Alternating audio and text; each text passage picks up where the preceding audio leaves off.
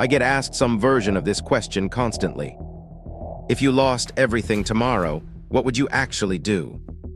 And for years I gave a vague answer, because honestly I hadn't sat down and mapped it out properly. So I finally did. Today I'm walking you through the exact plan, step by step, the one I'd actually run if I started from zero again, with everything I know now. Quick disclaimer before we get into it. Not a financial advisor. This isn't financial advice, just the real plan I'd personally follow based on what's actually worked for me. Here's why this is worth your time, even if you're not starting from zero. Most financial advice is built for two extremes, someone with nothing or someone with plenty. Almost nobody talks about the specific sequence of decisions that gets you from one to the other efficiently. That sequence is what I'm giving you today. Not vague principles, an actual order of operations. I want to be upfront about something too. I'm not pretending I'd have some magic advantage starting over. I'd have the same 24 hours in a day as anyone else. Probably the same starting income as a lot of people watching this. What I'd have differently is knowing exactly which moves matter first, and which ones I wasted years fumbling through the first time around. So here's what you're getting today. A real sequential walkthrough, the exact first 30 days the first year, and the specific account structure I'd build in order, with real numbers at every stage. No fluff, no vague, just save more advice. By the end, you'll have an actual blueprint you could start running yourself, whether you're starting from literally nothing or just want to tighten up what you're already doing. Let's start exactly where I'd start, not with investing, not with some clever hack, but with the thing almost everyone skips because it feels boring, getting a real, honest picture of where I actually stand. Here's the blocker most people hit immediately. They avoid this step because looking at the numbers feels scary, especially if things aren't great. I get it. But you cannot build a plan on top of numbers you're too afraid to look at. So step 1, week 1. I'd sit down and write out every single account, every debt, every recurring bill in one place. Not a fancy system, just a simple spreadsheet. Total assets, total debts, monthly income, monthly fixed expenses. Takes maybe 2 hours, and it's genuinely the single highest leverage 2 hours in this entire process, because every decision after this depends on knowing this number honestly. Step 2, and this is where a lot of advice gets it backwards. Before saving a single extra dollar, I'd deal with any high-interest debt first, specifically anything above roughly 8 or 9%. Here's the math that makes this non-negotiable. If you're carrying a balance at 22% interest, no investment is reliably going to outpace that. You're not choosing between debt payoff and investing. Paying off that debt is the investment, guaranteed return, no market risk involved. Now, the blocker people hit here is thinking they need zero debt before doing anything else. That's not quite right either. Step 3 runs alongside Step 2. Build a starter emergency fund of around $1,000, even while still paying down debt. Here's why this matters. Without that cushion, the next unexpected expense just goes right back onto the credit card, and you're stuck in a loop. I'd automate a small transfer, even $50 a week, into a separate account specifically so it's out of sight and harder to touch. Step 4, once high-interest debt is cleared, I'd expand that emergency fund to 3 to 6 months of essential expenses, sitting in a high-yield savings account, not investments, because this money needs to be accessible without risk. For someone with, say, $3,000 in monthly essentials, that's somewhere between $9,000 and $18,000, sitting completely separate from everyday spending. I remember building my own version of this years ago, and the temptation the entire time was to skip ahead, to start investing before the foundation was actually solid. I did skip ahead once, moved money into the market before I had any real cushion, and had to pull it back out at a loss 6 months later when my car needed an unexpected repair. That mistake alone probably cost me more than a year of slower, correct progress would have. Here's the misconception I want to clear up directly. People think this foundation stage is wasted time, that the real wealth building starts later with investing. It's not wasted.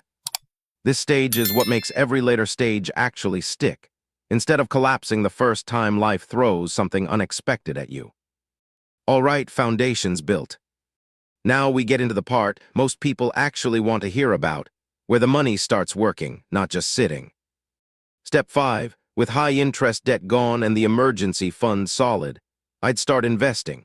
And specifically, I'd start with retirement accounts that come with some kind of match or tax advantage before touching anything else.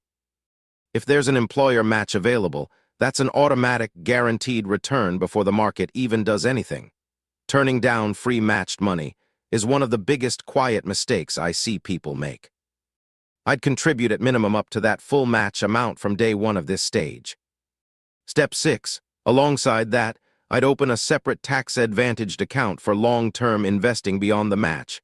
Something like an index fund tracking the total market, averaging roughly 7% a year historically after inflation. Here's the blocker people hit constantly at this stage. They think they need to pick individual stocks, time the market, find some clever edge. You don't. Consistent, automated contributions into a broad index fund beat most attempts at clever stock picking over any meaningful time frame, and it requires almost no ongoing effort. Let's actually walk through the numbers here, because specifics matter more than vague percentages. Say I'm earning $50,000 a year.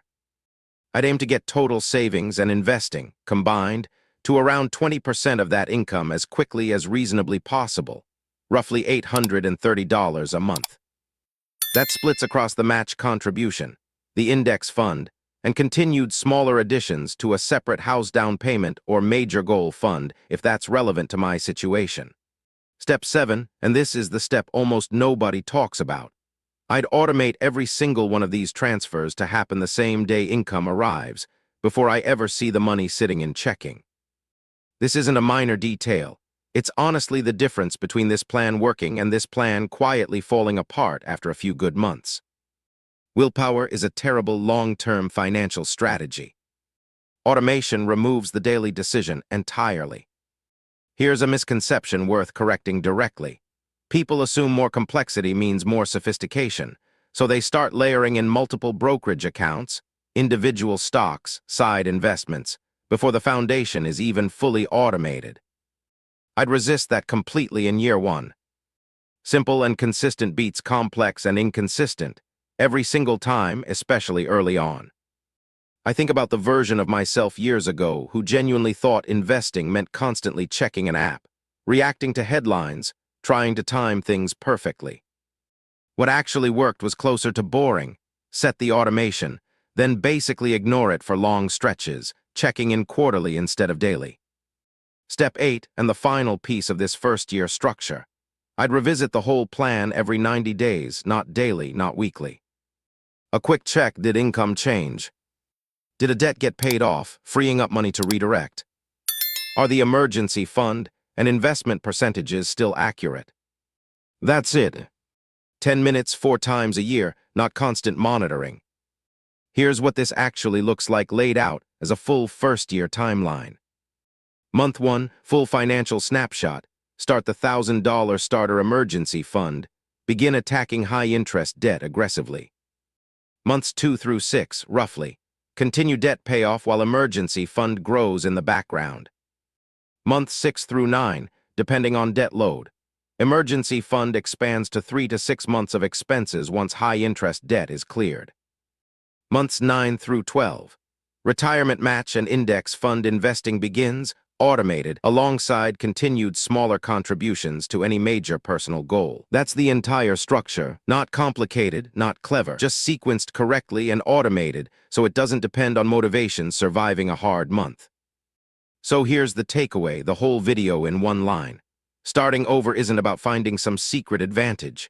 It's about running the right steps in the right order, automatically, so discipline only has to happen once at the setup instead of every single day after. I've essentially rebuilt this exact sequence more than once in my own life, across different income levels, and it's worked every time specifically because it doesn't rely on me being motivated on any given Tuesday. If you want to see how I'd adjust this exact plan for a much higher income, I actually have a full video on that, but don't click on it just yet. Stay with me one more second. If you want to be the kind of person who builds a real system instead of hoping motivation shows up when you need it, That's exactly what hitting subscribe here means. Not for me, for the version of you that's ready to actually start.